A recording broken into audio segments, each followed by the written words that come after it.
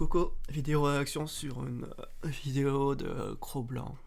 Voilà, n'écoutez pas cette femme, conseil de couple pour les jeunes hommes. Donc on va voir ce que Cro-Blanc peut nous dire comme conseil de couple. J'ai regardé un petit peu le début et c'est pas glorieux. C'est pas glorieux. Bon, on est toujours dans ce truc... Enfin, ça m'a fait marrer, c'était Modamala qui disait avec son truc de l'anecdote, oui... À cause du gauchisme, les hommes et les femmes sont devenus des espèces différentes, venant de personnes qui pensent que les femmes sont là jusque pour procréer. C'est vraiment le... C'est du toupet. Bref, commençons. Magnifique arrêt sur image. Pardon, excusez-moi. Non, faut être très sérieux contre les deux droites. On va parler de relations hommes-femmes. Alors, je vais aller mettre mon plus joli costume et je vais parler comme ça dans ton docte. Chaud et paternaliste. Et à la fin, je vais vous inviter à acheter mes formations qui sont en promotion jusqu'à ce soir. C'est vrai que ça c'est drôle. Il n'y aura pas de la place pour tout le monde, profitez-en. Moi, du haut de ma grandeur et de ma maîtrise et de mon excellence, je vais vous apprendre à gérer de la go. Oui, de la petite go. Et je vous garantis que d'ici 2024, vous aurez expérimenté un plan à 3 et pas avec votre pote Dédé et un tapin à 5 € sur le bord du national, hein, avec 2 mannequins lingerie, bien sûr. C'est garanti ou remboursé sur acceptation des contrats de licence. Enfin bref, vous y direz les alinéas, d'accord? Allez, à tout de suite les petits amis.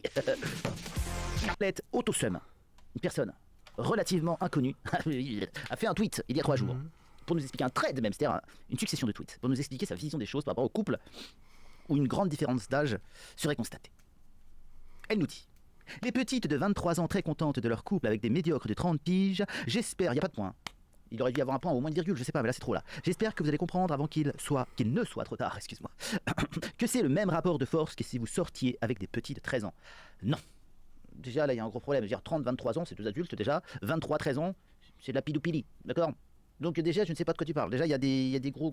En fait je vous explique, hein, c'est une starbée de woke, je sais pas quoi, d'accord, mais je m'en sers juste de support pour vous expliquer ma vision du couple et surtout un moyen très efficace de lutter contre l'hypergamie féminine. Voilà. L'hypergamie féminine. Tu vois, il parle pas d'hypergamie, mais d'hypergamie féminine, parce que l'hypergamie masculine, ça c'est normal. Enfin bref, donc, on va avoir un petit peu un combat d'infirmes, donc c'est parti. Qui est une catastrophe pour nos sociétés et pour la natalité occidentale. Qu'est-ce que ça peut te foutre en fait? J'ai juré. Alors j'ai juré, c'est une façon de dire je suis très impliqué émotionnellement et je suis très sûr de ce que je dis. Non. Mais bon, parce que je pense que beaucoup trop tard ne se rendent pas compte, mais tous vos trucs, en fait, la plupart de vos conneries et de... Voilà, de ce que vous... Bref, la plupart de vos trucs sont dus à une émotion. Voilà, et je pense que vous ne vous rendez pas compte, mais bon. Voilà. Il n'y a personne de 30 ans et de sain qui trouve votre mec flex, c'est-à-dire qui trouve votre mec cool parce qu'il sort avec une fille de 23 ans. Ça m'étonnerait même qu'ils aient des potes de leur âge, qu'ils les estiment, ou qu'ils aient des potes meufs de leur âge tout court. Déjà des potes meufs, enfin je sais pas, personne, aucun mec ne vaut des potes meufs en fait. Donc, on a un truc incroyable. Donc, on a ce cher monsieur, voilà. Je pense que pour lui, il ne veut pas de pote meuf, donc pour lui, ça veut dire que tous les hommes ne veulent pas le pote meuf. Waouh, incroyable. C'est fou. C'est fou.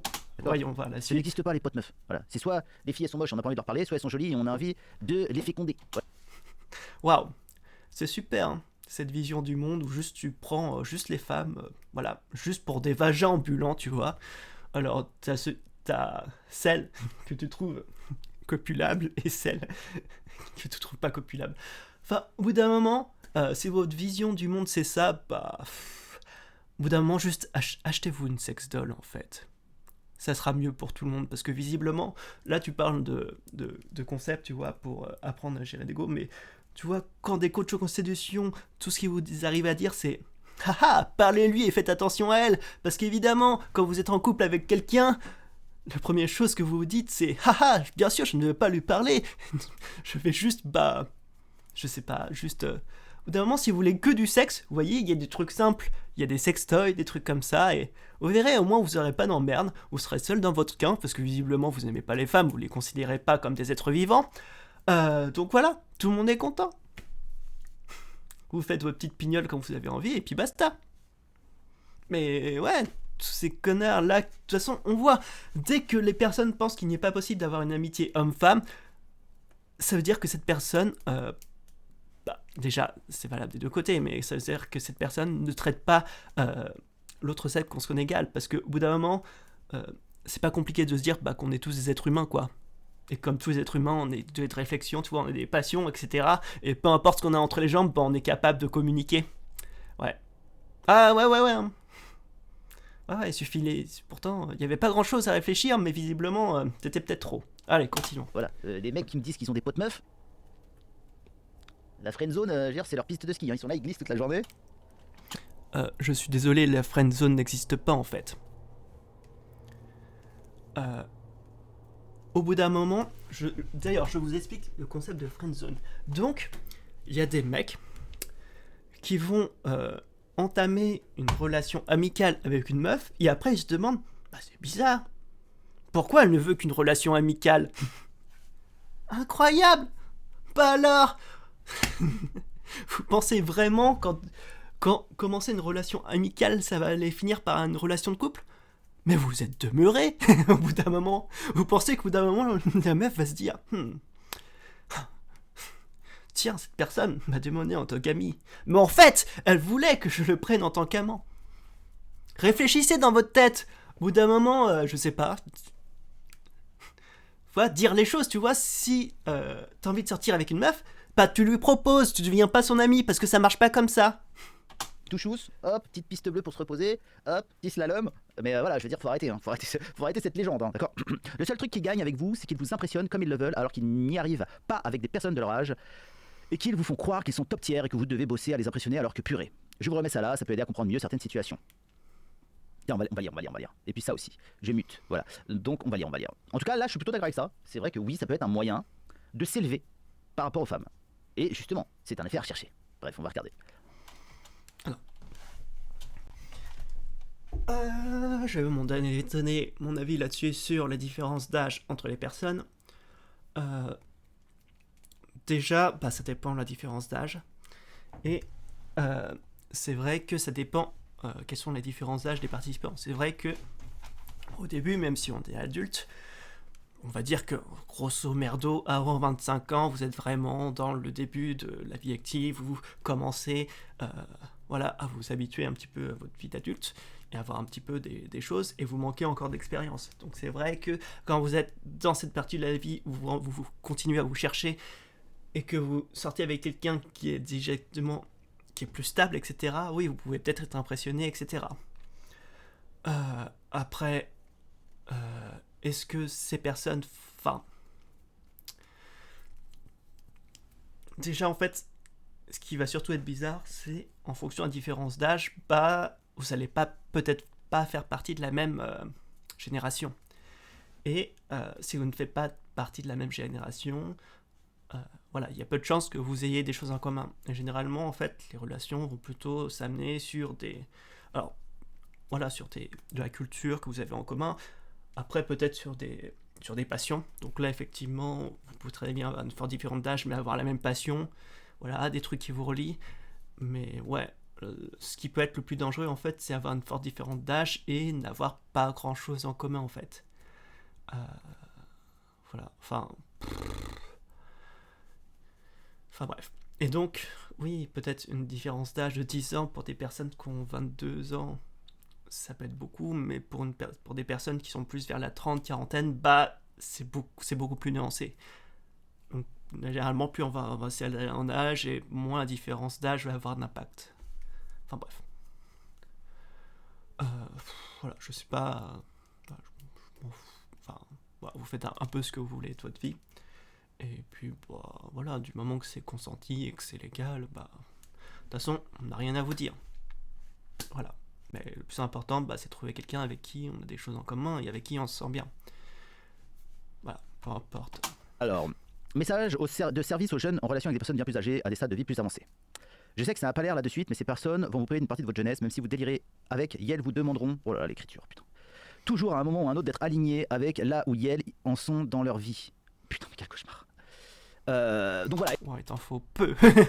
Ah, mon Dieu, j'utilise le pronom Yel, mais c'est terrible.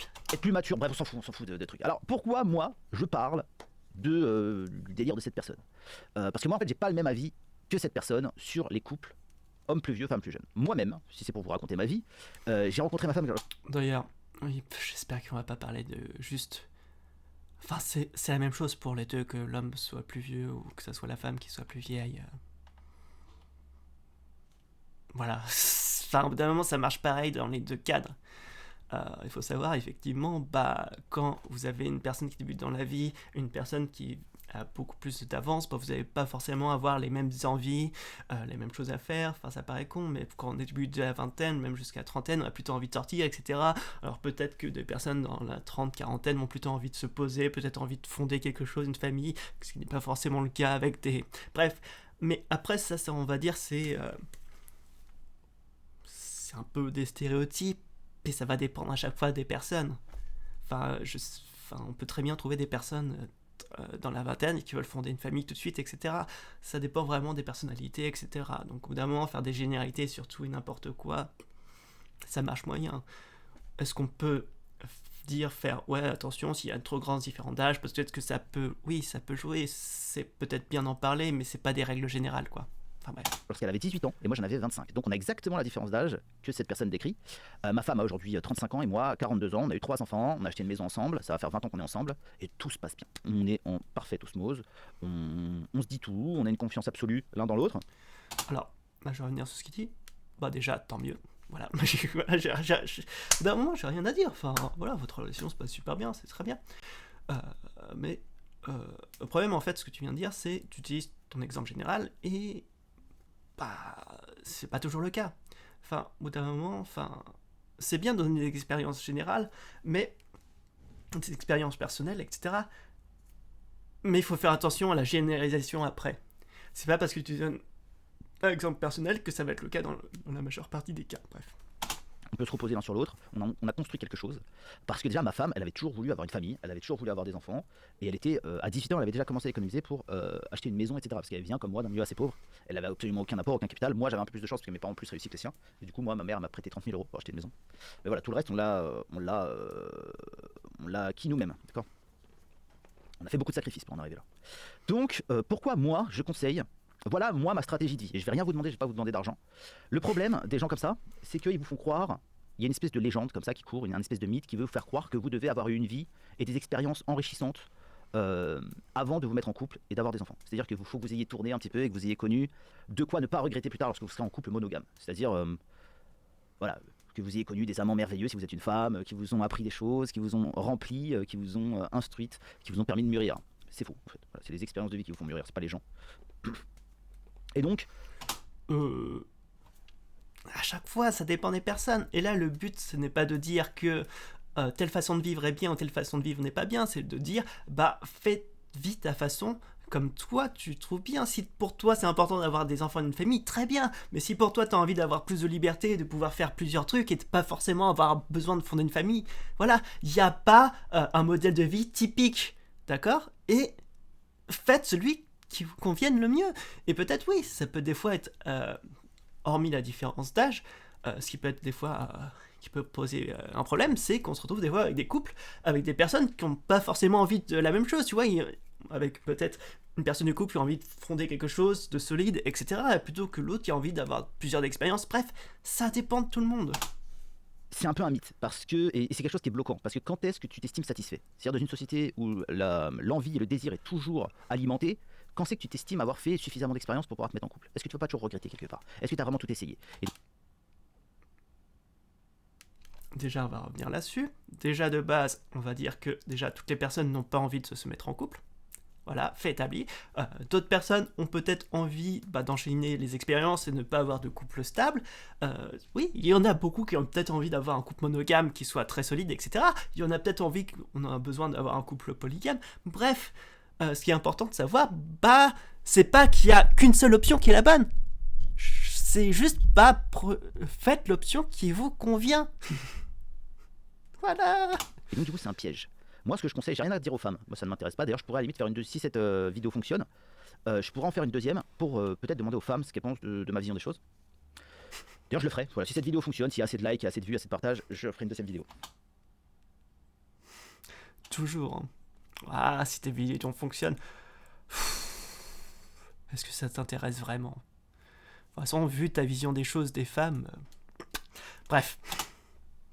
Ma vision des choses, c'est qu'en dessous de 25 ans, les mecs, vous avez absolument aucune valeur. Parce que vous n'avez pas assez de capital, vous n'avez pas de permis, vous n'avez pas fini vos études, vous n'avez pas commencé à travailler, vous n'avez pas d'argent, vous n'avez pas d'expérience, vous n'avez pas de charisme. Voilà, en dessous de 25 ans, d'ailleurs, c'est Jennifer Lopez a dit ça, en dessous de 33 ans, un mec, ça sert à rien. Et c'est un peu vrai. C'est vrai qu'un homme, c'est à partir de 30 ans, on commence à peser un peu. Donc voilà, moi ce que je pense. Vous imaginez le taux de... Enfin, arrêtez avec ces conneries. En fait, là, il est en train de vous dire que... il sous-entend que pour que vous ayez réussi dans votre vie, il faut forcément que vous ayez une situation... Ah, c'est toujours mieux d'avoir une situation stable, mais tu vois, il est en train de te dire... de sous-entendre, c'est...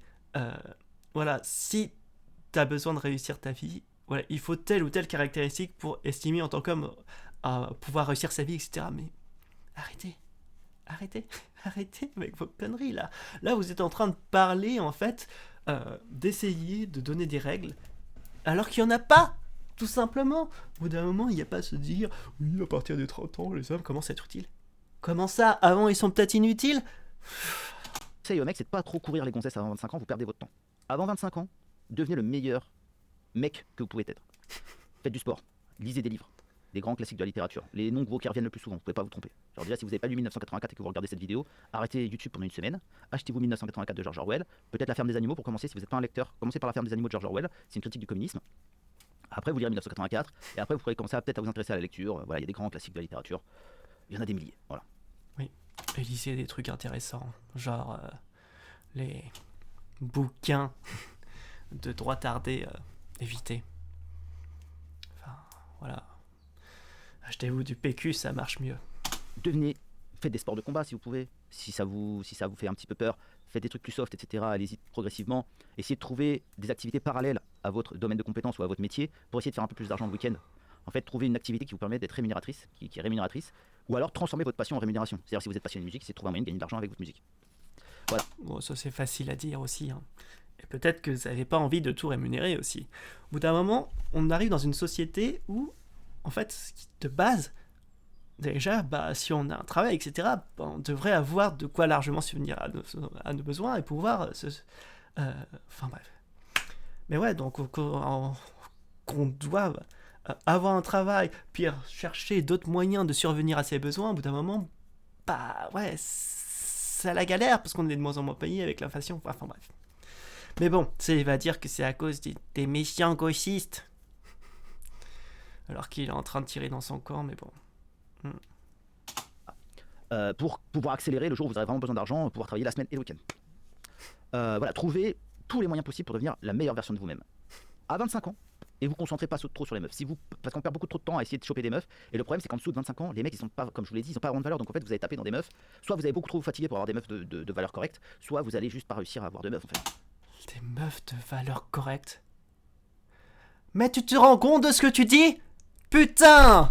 Au bout d'un moment, enfin, je sais pas, tu sais, les meufs sont des êtres humains, et en fait, quand tu cherches d'être en relation avec quelqu'un, en couple, c'est parce que tu t'entends surtout bien avec elle, tu sais, tu vas pas dire, alors là, je vais mettre en fonction des options, etc., oui, cette femme, enfin bref, tu me donnes juste envie de gerber, en fait, enfin, arrêtez, je suppose que toi, avant 25 ans, je suis sûr que t'as eu des difficultés à rencontrer les femmes. D'accord, mais ça c'est ton cas, tu sais. Au bout d'un moment, il y a des personnes qui arrivent avant 25 ans, des hommes. Tu vois, au bout d'un moment, les femmes se mettent pas en couple avec des hommes fantômes. Donc il y a bien des gens qui arrivent avant. Enfin bref. Voilà. Ou alors vous allez taper en dessous et c'est pas très gratifiant. Donc chopez les meufs que vous pouvez choper sans trop d'efforts, voilà. Ou ne chopez pas de meufs, c'est pas très important. Bien qu'à cet âge-là, voilà, les hormones bouillonnent. Donc voilà, mais perdez pas trop d'énergie à viser trop, etc. On dirait juste un délire en disant oui, si vous avez assez de budget, tu vas acheter une voiture sportive, etc. Putain, arrêtez de prendre les meufs pour des objets, c'est pas compliqué. Au bout d'un moment, tu te mets en couple avec quelqu'un avec qui tu t'entends bien, d'accord? Et si t'as besoin de sexe, tu t'achètes un sextoy, d'accord? Ça sera beaucoup plus simple et tu feras moins chier. Parce que de toute façon, vous avez très peu de valeur. Et du coup, à 25 ans, vous allez commencer à pouvoir chercher une nana. Voilà. À 25 ans, cherchez-vous une nana plus jeune, moi je dirais au moins 4 ans en dessous, ce qui va désactiver l'hypergamie. Je l'explique. L'hypergamie, pour ceux qui ne savent pas, c'est en gros le retour aux instincts biologiques des femmes. C'est-à-dire que depuis la libéralisation sexuelle, les femmes, elles choisissent leur partenaire. Avant, c'était comme dans beaucoup de sociétés traditionnelles à travers le monde, il y avait des arrangements, les femmes étaient un peu données. C'est-à-dire elles passaient d'esclaves de leurs parents à esclaves de leur mari, mais elles avaient quand même plus de pouvoir parce qu'elles devenaient un jour le maître de leurs enfants, etc. J'ai envie de gerber. Comment on peut parler juste des femmes comme en tant qu'objet de valeur, tu sais, qu'on donne et qu'un truc. Ah... Putain. Et du coup, en fait, les femmes, elles étaient toujours infériorisées par rapport à l'homme. Elles avaient moins de droits sociaux, elles avaient moins de droits au niveau du capital, au niveau de l'éducation, etc. C'était pour les maintenir en infériorité, pour qu'elles puissent accepter à peu près n'importe quel mec qu'on leur présente. Et voilà. Et ça, c'est souvent le cas dans beaucoup de cultures traditionnelles. On garde toujours les femmes un petit peu en dessous pour pouvoir les marier à qui on veut. Voilà. Et qu'elles se disent pas, non, lui, il n'est pas à haut niveau. Voilà. Et tu trouves ça bien ? À la limite, elle pourrait dire il est très très moche, mais voilà, à part ça, et qu'elle soit contente de partir avec le mec pour enfin retrouver sa liberté. C'était comme ça que ça se passait. Maintenant que les femmes ont le choix, et qu'elles sont très avantagées par la société, contrairement à tout ce qu'on peut dire, surtout dans les grandes villes, etc. Regardez bien en fait, hein, les femmes réussissent mieux à l'école, donc elles ont des meilleurs diplômes, donc elles ont accès à des meilleurs boulots. En plus, généralement, elles sont plus travailleuses, elles sont plus studieuses, etc. Elles sont plus conformes. Et c'est Arrête avec tes conneries. ce que les grandes boîtes, toutes les boîtes aiment. On préfère les gens conformes plutôt que les rebelles, créatifs, relous, comme les mecs qui vont ouvrir leur gueule, qui vont se rebeller, etc. Mais oui. Encore des stéréotypes de genre. Enfin bref, venant d'une personne qui pense... Juste... Est-ce que j'ai besoin de dire quelque chose ? Ces paroles sont juste dégueulasses, quoi. Donc en fait, les femmes réussissent mieux, en fait, contrairement à tout ce qu'on peut dire. S'il y a un écart de salaire, c'est parce que les grandes fortunes, ce sont quasiment que des hommes. Donc en fait, ça nique la moyenne. Mais en vérité, dans les petits salaires, dans les moyens salaires, les femmes s'en sortent mieux. Et du coup,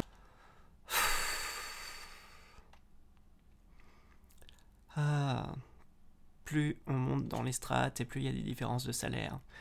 Et puis, il faut aussi savoir que la différence de salaire se fait aussi sur l'ancienneté. Notamment parce que beaucoup d'entreprises, notamment avec les congés maternité, voilà, refusent de faire des augmentations, voilà, qui sont dues aux hommes. Enfin bref. La vie c'est complexe et arrêtez de... Enfin bref. elles sont devenues très exigeantes parce qu'elles gardent quand même cet instinct. Parce que ça reste instinctif en elles, c'est qu'elles ont toujours besoin, les femmes, elles ont toujours besoin d'être rassurées et elles ont besoin d'avoir un mec qu'elles estiment au-dessus d'elles. Bref, on est encore dans ce truc, oui, les hormones et les chromosomes, ça dit... Enfin, arrêtez avec vos conneries. Au bout d'un moment, la plupart des femmes vont juste se mettre avec une personne avec qui elles s'entendent bien et qu'elles trouvent attirante. Point. Pour les hommes, c'est pareil. Au bout d'un moment, faut arrêter ces conneries de machin, oui, dans la biologie, etc. Mais arrête, vous pensez vraiment qu'on... Enfin, au bout d'un moment, je sais pas. Tous les droits tardés pensent qu'on est tous des escargots et qu'on n'est pas capable de conscience, et tu vois notre instinct animal prime sur notre conscient. Enfin bref. En termes de capital, en termes d'expérience, en termes de charisme, en termes de tout, en fait. Ou moins dans quelques domaines. Et ça s'appelle l'hypergamie. Ce qui fait qu'aujourd'hui, il y a énormément de femmes, surtout plus elles ont de la valeur, qui sont incasables. Parce que estimons que ces femmes sont en moyenne 8 sur 10. Elles veulent toutes des 9 ou des 10 sur 10. Le problème, c'est qu'il y a infiniment moins de 9 et de 10 sur 10 que de 8 sur 10. D'accord ? Donc il y a des mecs 9 et 10 sur 10 qui ont énormément de gonzesses, beaucoup de maîtresses, etc. Très populaires, beaux, intelligents, qui ont du capital et tout, et qui se tapent plein de meufs. Putain, mais vous êtes vraiment en train de faire des strates dans les personnes en mettant des notes à des personnes et vous... Juste, au bout d'un moment, à quel point vous vous rendez compte que ce que vous dites est juste dégueulasse et affreux ? Non ? Je sais pas. Enfin, au bout d'un moment, j'en ai marre. Et il y a plein de mecs on va dire de 5 à 7 sur 10, voire 8, qui ces nanas ne regardent même pas. Donc en fait, on se retrouve avec une moyenne qui arrive à plus ou moins s'arranger comme elle peut, mais qui est souvent insatisfaite. On a des nanas dans le haut du classement qui sont... Il y a beaucoup de célibataires. Moi, je connais énormément de filles qui sont jolies, qui ont un boulot, qui prennent soin d'elles, etc. Et qui approchent les 35 ans et qui sont célibataires. Peut-être parce que c'est leur choix, débile. Au bout d'un moment, faut arrêter d'être stupide. Peut-être que ces femmes n'ont pas envie d'être en couple, peut-être qu'elles n'ont pas envie d'avoir d'enfants, etc. Peut-être qu'elles ont juste envie d'avoir juste des coups d'un soir, etc. Faut arrêter les conneries et se dire que... Voilà, il faut que les femmes soient casées, il faut qu'elles aient des enfants. Faut arrêter les conneries. qui n'arrivent pas à trouver de mecs satisfaisants à cause de l'hypergamie, parce qu'elles n'arrivent pas à satisfaire des mecs avec qui elles sortent. Et tout en bas, on a des mecs qui ont très peu de valeur, qui sont que aucune nana ne regarde. C'est-à-dire que même les meufs moyennes ne les regardent pas parce qu'ils sont trop médiocres et l'hypergamie les élimine de fait. Et donc en fait, cette hypergamie, c'est une catastrophe pour la natalité européenne, pour la natalité occidentale. Et du coup, un des meilleurs moyens, je trouve, pour la désactiver. Et tu sors cette théorie de ton cul? Parce que on va regarder la définition d'hypergamie, mais bon, visiblement, je suis même pas sûr qu'il est allé chercher, parce que visiblement, ces personnes sont vraiment très cultivées et n'ont pas besoin de faire des recherches, vraiment.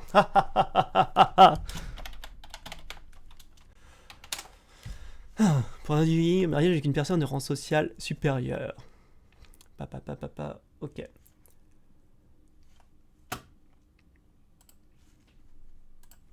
C'est pas vrai. C'est la différence d'âge, tout simplement.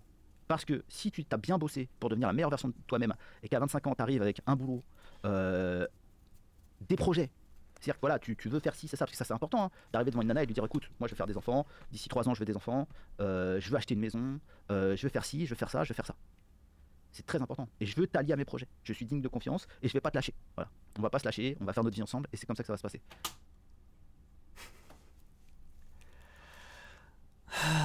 Bref. En fait, je sais pas si tu te rends compte, mais toi t'as réussi à trouver quelqu'un, mais juste, évidemment, l'hypergamie, faut arrêter, ça n'existe pas. Peut-être chez certaines personnes, mais c'est rare. Déjà, tu fais des théories comme quoi, oui, ça ruine la natalité française, etc.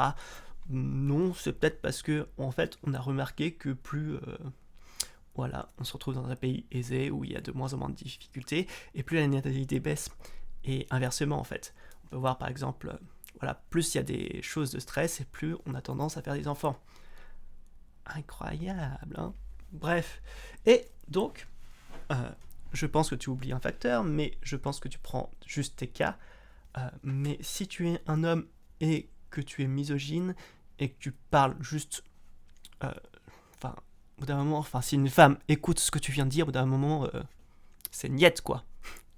Enfin, au bout d'un moment, si tu considères les femmes comme des objets, c'est sûr que, bizarrement, elles ne vont pas t'apprécier. Enfin, bref. Bon, c'est pas compliqué. Enfin, au bout d'un moment, juste arrêter de considérer les femmes comme des humains. Parlez-leur, voilà. Quand vous êtes en couple, bah oui, prenez soin d'eux. Enfin, au bout d'un moment, ça paraît des trucs tellement basiques. Je sais pas, quand t'es en couple avec quelqu'un, bah tu fais attention à lui, t'as envie de passer des moments ensemble, tu vois. C'est des trucs tellement basiques, mais pour certains, faut leur dire ah bah oui, si t'es en couple avec une femme, il faut que tu lui parles, hein. Bah ouais, sinon elle va te faire la gueule. Waouh, incroyable. Merci Einstein. Enfin bref. Mais non, ce truc de différence. Au bout d'un moment, juste sorti avec la personne avec avec une personne qui vous plaît. Au bout d'un moment, c'est mieux d'être seul que d'être mal accompagné, d'accord? Et il n'y a pas un truc de se dire, il faut que vous soyez en couple. Non, il faut que si vous avez d'entrer en couple, bah oui, cherchez un couple. Mais au bout d'un moment, il n'y a pas de règles. Faut arrêter avec ces trucs, surtout avec les droits tardés qui sont là. Puceau. Mais on s'en fout que vous ayez eu des relations ou pas. Ça ne dit rien de vous, ça ne dit rien sur votre qualité intérieure, d'accord? Faut arrêter avec ces conneries. Et ce n'est pas parce que vous êtes célibataire que vous seriez inférieur aux autres, c'est complètement stupide. Parce que je suis pas un faible, si j'ai décidé que ce sera avec toi, ce sera avec toi. Et quoi qu'il arrive, même si on a des problèmes dans la vie, on va rester ensemble. Pour le bien de nos projets et pour le bien de nos enfants. Parce qu'il faut bien comprendre qu'un couple, c'est pas deux individus qui essaient de s'arranger, qui essayent de profiter de l'autre, qui essayent de contraindre l'autre par rapport à ses désirs personnels.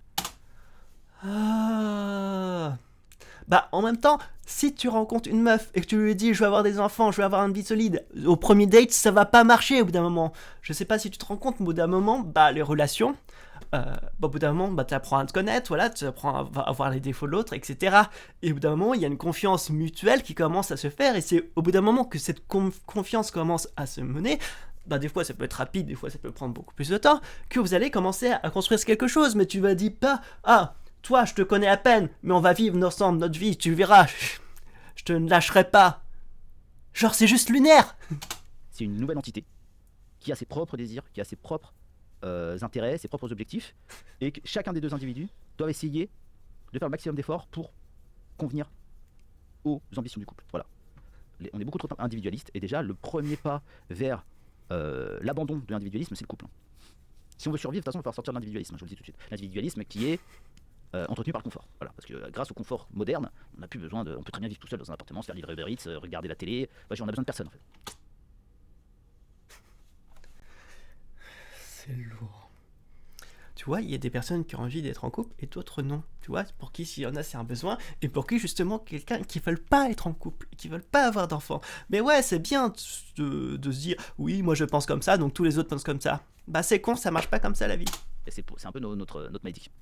Donc voilà, pour Malédiction. finir, je vous encourage à ne pas écouter ce genre de personnes qui doivent être très très malheureuses. On va les regarder, on va s'intéresser un peu à elles. Bon bah voilà, j'ai trouvé son Instagram. Alors son Instagram, ça parle de tous les trucs, la woke, colonialisme, tous ces trucs de merde. Et sa photo de profil, c'est du Xanax. Voilà, c'est tout en fait, voilà. Sa photo de profil, c'est une boîte de Xanax. C'est pas vous qui êtes censé supposer maîtriser le second degré Je dis ça, je dis rien. Enfin bref, bon, on va s'arrêter ici, mais conclusion, n'écoutez pas cette personne. Enfin, au bout d'un moment, juste vivez heureux et partagez des moments avec des personnes avec qui vous avez confiance et avec qui vous avez envie de passer des moments. Au bout d'un moment, si vous devez, si vous êtes en couple parce qu'il faut être en couple et vous êtes avec une personne que vous n'aimez pas, je suis désolé, ça marchera pas. D'un moment, faut faire les choses parce qu'on en a envie, pas parce que machin te dit que si tu le fais pas, t'es faible. Enfin bref. Je vous fais des bisous et à bientôt. Ciao, ciao.